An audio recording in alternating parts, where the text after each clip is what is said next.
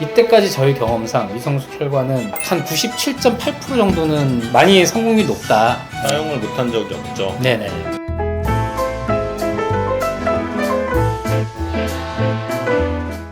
사이즈는 얼마만큼 돼야 되냐, 뭐 이런 것들을 이제 많이들 궁금해 하세요. 맞아. 보통의 경우는 수술하고 난 다음에 6주에서 8주 정도 후에 검사를 해봐서 그 사이즈에 도달하면은 우리가 이제 투석을 시작할 수 있다고 말씀드립니다. 좀 타이트할 것 같은데요.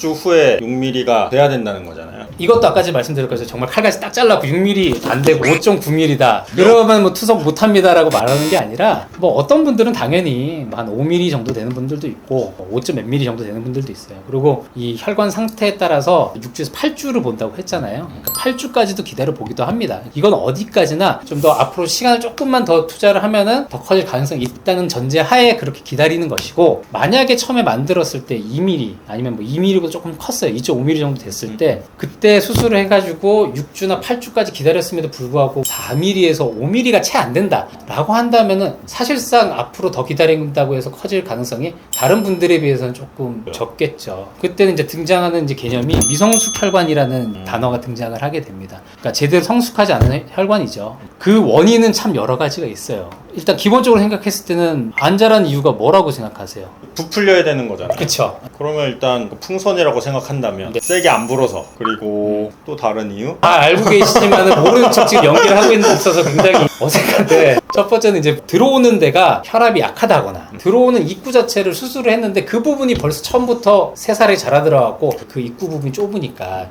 그래서 혈류가 원활하지 않다라는 게 있고, 혈관 자체가 탄력성이 있어야 되는데 그게 많이 부족하신 분들이 있어요. 맞아요. 풍선이 너무 뻣뻣하면 안 불리잖아요. 맞아요. 두껍거나 그러면은 또 안 자랄 수 있고, 또 세 번째 개념이 굉장히 중요한 건데, 물이 한 길로에서 쭉 잘 가야지 물살도 센데 만약에 물길이 자꾸 딴 데로 새길이 샌다거나 이러면은 우리가 원하는 그 길로만 물이 잘 안 가게 되겠죠. 맞아요. 보통 잠가지라고 표현하는데, 무슨 과실이나 이런 나무들을 심고 난 다음에 하나의 과일만 잘 맺히게 하려면은 가지치기라는 걸 하잖아요. 꽃을 맺는다고.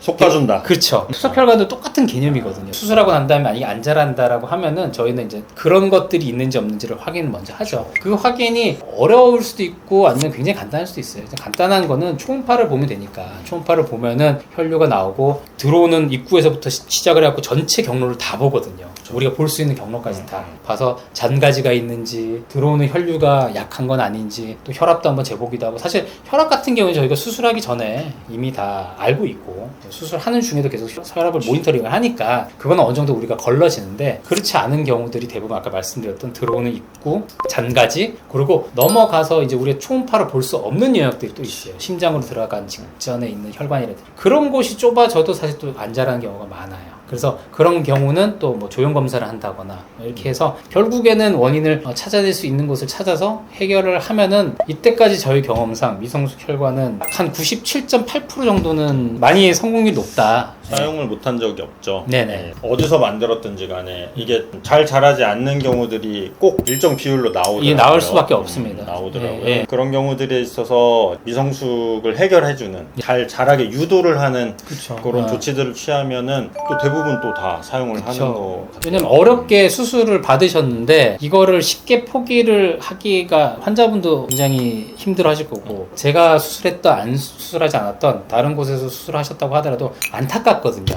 어떻게 해서든 살릴 방법이 있는데 그냥 그걸 모른 채 넘어간다거나 이런 상황도 굉장히 안타깝기 때문에 될 수 있으면 좀 살리려고 많이 노력을 하죠. 수술하는 제일 좋은 자리를 마지막에 남겨놓는 분들도 있어요. 그런 분도 있어요. 예, 제가 그래요. 왜냐하면은